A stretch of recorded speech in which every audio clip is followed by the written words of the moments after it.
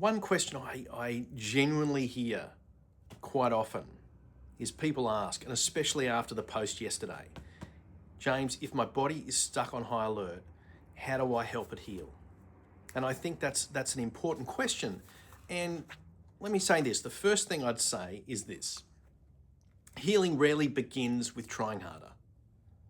Because many people spend years fighting their anxiety, pushing away uncomfortable feelings, and yet they become frustrated because they're still reacting. But that's not necessarily the way to look at it, because we're human beings. We're always going to have experiences that throw us off. But imagine, put it this way, imagine if you have a smoke alarm at home and it went off because it genuinely believed that there was a fire. You wouldn't yell at the alarm. You'd gently investigate what it's sounding for, right? The nervous system is very similar. Sometimes it responds to today's situation.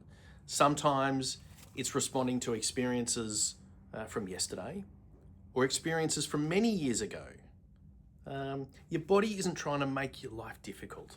It's trying to keep you alive. And when we understand that, we often become kinder towards ourselves. So where do we go from here?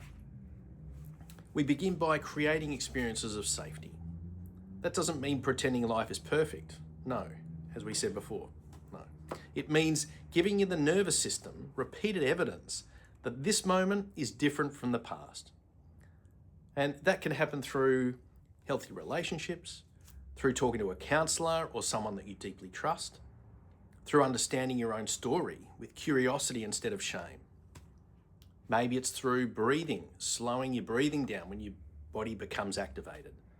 Through gentle movement, like walking. At the moment, I'm really into rebounding, gentle rebounding, depending on the quality of rebounder you have. But it's fantastic. But also sitting through nature, walking through nature, or just sitting quietly. Sitting quietly in nature is very powerful too. And another thing I do is prayer and meditation. And it works for some people, it doesn't work for others. But and again, sleep, nourishment, looking after your physical health is very important. And again, none of these work because they're magical. They work because they slowly help the nervous system experience something new. Healing is often less about learning one amazing technique and more about having hundreds of these little experiences where your body learns, I made it, I'm okay, I'm safe. Progress usually isn't dramatic. It's often subtle. Perhaps you recover a little quicker. Perhaps your tension lasts minutes instead of hours. Perhaps your shoulders just sort of relax a little without you noticing. But these small changes matter. They show your nervous system is learning. Please remember, if your body has been protecting yourself for many years, don't expect it to trust overnight. Trust grows through repeated experiences of safety. Please be patient, be compassionate. The goal isn't to force your body into calm.